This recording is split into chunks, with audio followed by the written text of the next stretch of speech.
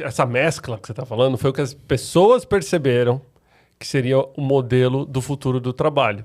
Lá no final de 2021, começou a ver o seguinte, olha, tá bom, as pessoas não querem perder a flexibilidade conquistada de trabalhar de casa, mas também estão perdendo muita cultura, integração entre os departamentos, induction, né? As boas-vindas de novos colaboradores estava muito prejudicada no digital. É difícil fazer, viu? Boas-vindas de colaboradores no digital. Você imagina que o cara começa, meu primeiro dia, todo mundo faz uma videochamada com o cara, dura meia hora, acaba, esse cara fica sozinho, cara. Aí você bota o cara para fazer treinamento online, aí você bota o cara para fazer touch base digital lá, e a agenda desse cara fica vazia, esse cara não se sente parte da empresa, cara. Ou a sua empresa é 100% digital mesmo, nômades digitais, e essa é a cultura da tua empresa, e você vai bancar isso, sabendo que o nomadismo digital ele tem baixa lealdade corporativa, a gente vai falar um pouco mais sobre isso. As pessoas, quando não percebem muitas vezes o valor agregado da cultura da empresa, ela começa a olhar para o mercado através de quem paga mais. E principalmente a área de tecnologia, você sabe muito bem disso, a dificuldade de estar o tempo todo ali engajando com pessoas para você reter talentos nos dias de hoje.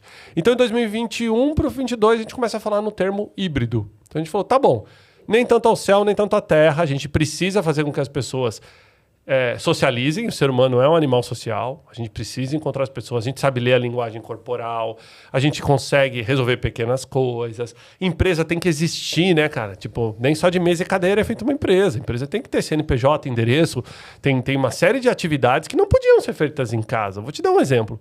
Eu tenho um grande amigo que é presidente de uma empresa de call center e durante a pandemia eu lembro de trocar uma ideia com ele. E aí, cara, como é que tá? Foi bacana aí pra vocês implementar o home office? Ele falou, cara, nunca mais vamos voltar atrás. Tá um sucesso as pessoas atenderem a ligação de casa. Eu falei, pô, que legal, né? Tipo, modelo tão tradicional igual o call center. Vocês lembram os call centers? A gente entrava, parecia aqueles ambientes de trabalho super insalubres, um do lado do outro. Um pipeline, barulheira do caramba. Cabine, parecia uma latinha de sardinha, todo mundo preso lá dentro. Não era? Era. Aí foi todo mundo pra casa. Eu falei, porra, que legal, tecnologia. Eu tinha um certo receio no começo, assim. Acho que todo mundo tinha medo, né? Que as operadoras não fossem dar conta e tudo mais.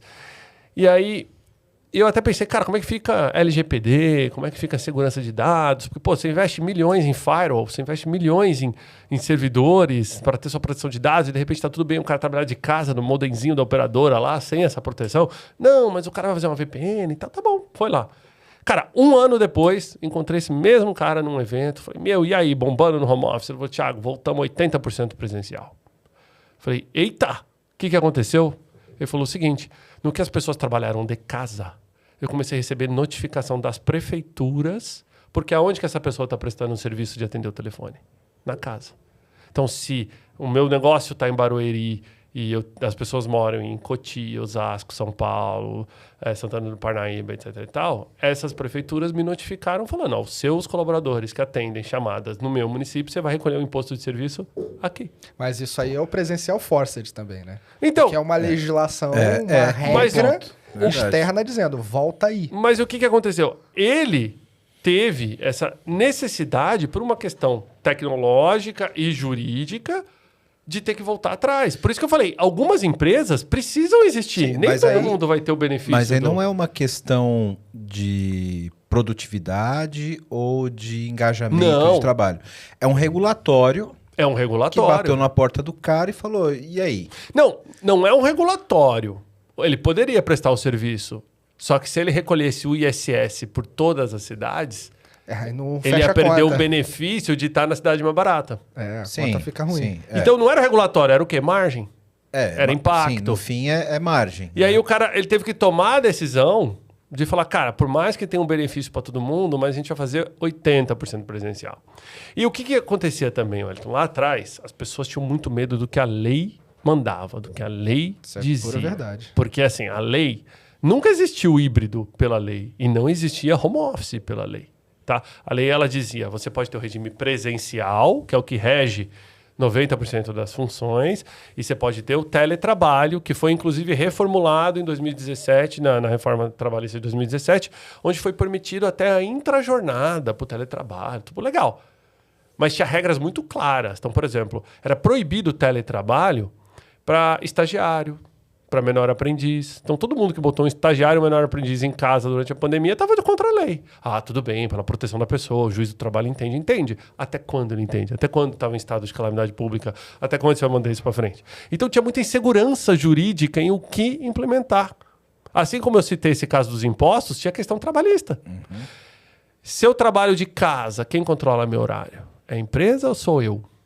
Se eu escorrego na minha casa durante o meu horário de trabalho e quebro a perna, é um acidente do trabalho ou não é? Isso é complicadíssimo. Entendeu? E, tipo, quem paga a minha internet?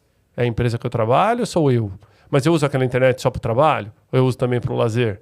A empresa tem que me dar um computador para trabalhar de casa ou não tem? Então, era tanta interrogação que tinha pouca resposta.